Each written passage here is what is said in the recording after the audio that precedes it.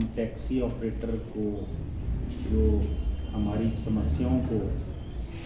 उठाने के लिए, हमारे आवाज़ को बुलंद करने के लिए जो समय दिया, मैं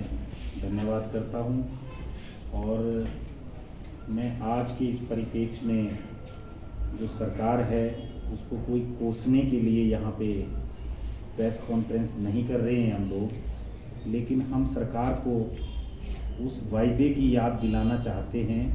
कि जब हम टैक्सी ऑपरेटर परेशान थे तो उस समय जब इस सरकार ने अपने एक घोषणा पत्र में हम टैक्सी ऑपरेटर से वायदा किया था कि टैक्सी ऑपरेटर का 12 साल का जो परमिट है वो 15 साल कर दिया जाएगा, लेकिन आज सरकार को बने हुए 9 महीने होने को हो गए। हमने सरकार के उस फैसले का भी विरोध नहीं किया कि कर्मचारियों को अगर ओपीएस दिया जाता है तो 5 रुपये डीजल की बढ़ोतरी करके टैक्सी ऑपरेटर के ऊपर वो थोप दिया जाता है।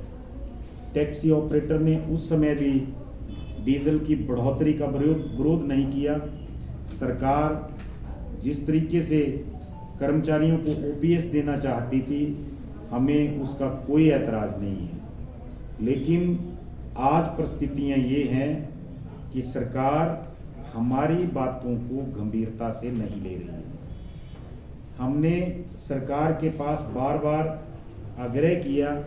कि जो प्राइवेट गाड़ियां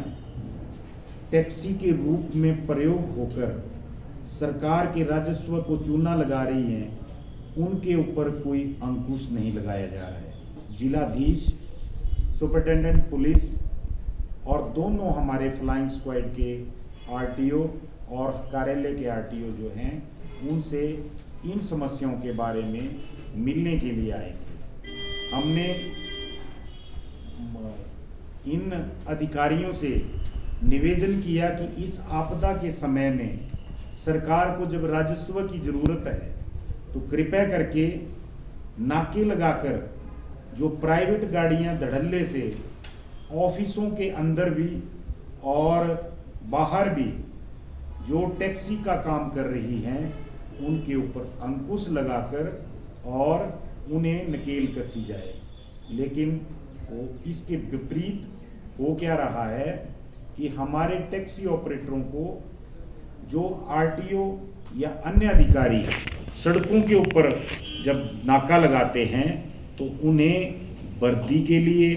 एक नेम प्लेट के लिए और कई ऐसी जो बातें हैं, सीट बेल्ट के लिए परेशान किया जा रहा है और इस आपदा के समय में तंग किया जा रहा है। इसलिए हमने आज निवेदन किया कि आप हमारी इन बातों को गंभीरता से लें, ताकि हम टैक्सी ऑपरेटर वर्ग का, क्योंकि आपने देखा होगा कि हमारे 2 साल कोरोना काल में नष्ट हो गए, 1 साल अब इस आपदा के समय में नष्ट हो गया। हम सरकार से आग्रह करते आए हैं कि हमें आप रिलीफ देने के बजाय जो रिलीफ आप दे रहे हैं उसकी एवज में सरकार का कोई सरकार के ऊपर बोझ नहीं पड़ेगा। अगर हमारा 15 साल का परमिट होता है तो उल्टा हम सरकार को टैक्सों के रूप में राजस्व की भरपाई करेंगे, लेकिन सरकार पता नहीं क्या कारण है कि हमारी बातों को अनसुना कर रही है। हम पुनः एक बार सरकार से फिर निवेदन करेंगे कि हमारी इस 15 साल के परमिट की समस्या का निपटारा किया जाए। धन्यवाद।